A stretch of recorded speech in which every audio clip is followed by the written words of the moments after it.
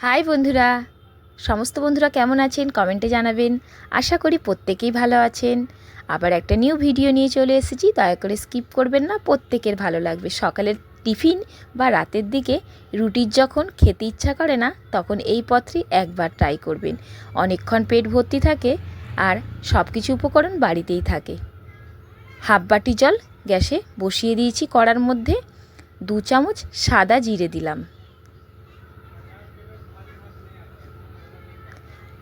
তারপরে দেবো 1 চামচ জোয়ান।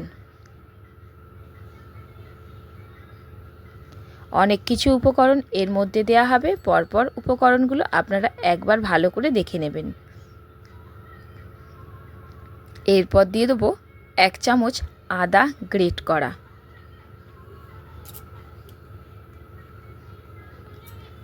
কোনো বন্ধুরা আমার চ্যানেলে নতুন আসলে চ্যানেলটিকে সাবস্ক্রাইব করে নেবেন আর পাশে থাকা বেল আইকনটি প্রেস করবেন, তাহলে নতুন নতুন ভিডিওগুলো আপনাদের কাছে আগে পৌঁছাবে। এরপর দিয়ে দিলাম কিছুটা কারি পাতা কোচানো। কারি পাতা যদি আপনাদের কাছে না থাকে ধনে পাতা কোচানোও দিতে পারেন। পরিমাণ মতো নুন দিয়ে দিলাম। এরপর দেবো 2 চামচ সাদা তেল। সাদা তেল না দিলে সর্ষের তেলও দেয়া যেতে পারে।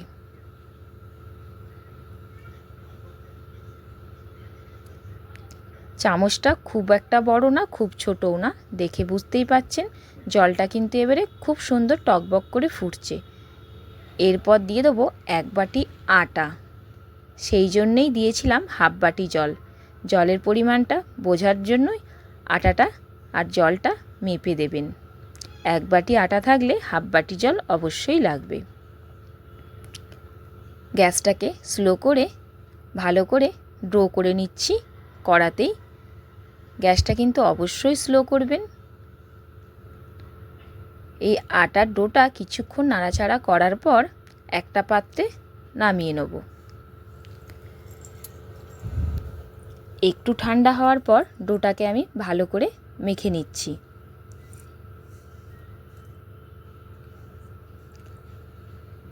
যেই চাকতিতে আমরা রুটি বেলি সেই চাকতির মধ্যে নিয়ে ভালো করে লম্বা করে নিচ্ছি। এই ডোটাকে এবারে মাঝ বরাবর 2 টুকরো করে নেব।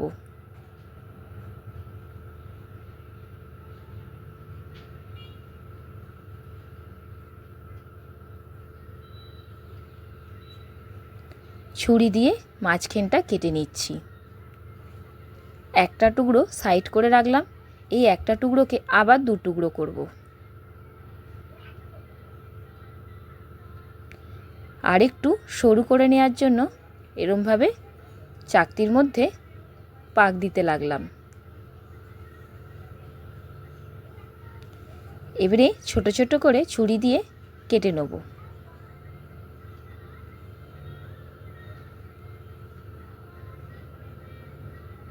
ফুটো ফুটো একটা বাটি নিয়েছি, এরকম বাটির মধ্যে সব দিয়ে দেবো।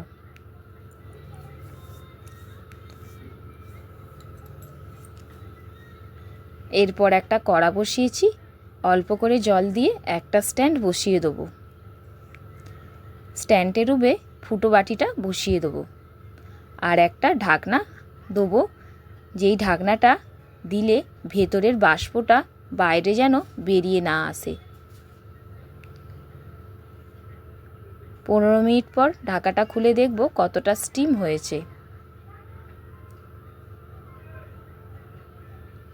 তবে গ্যাসটাকে মিডিয়াম রেখে স্টিম করতে হবে। একটু বাকি ছিল তাই আর একটু ঢাকা দিয়ে বসিয়ে রাখলাম। স্টিম কিন্তু হয়ে গেছে। এবারে নামিয়ে নিলাম। কড়াতে দিলাম সাদা তেল, খুব অল্পই, বেশি লাগবে না। সাদা জিরে 1 চামচ, কেশরি মশলা 1 চামচ, হলুদ হাফ চামচ, লঙ্কা গুঁড়ো হাফ চামচ।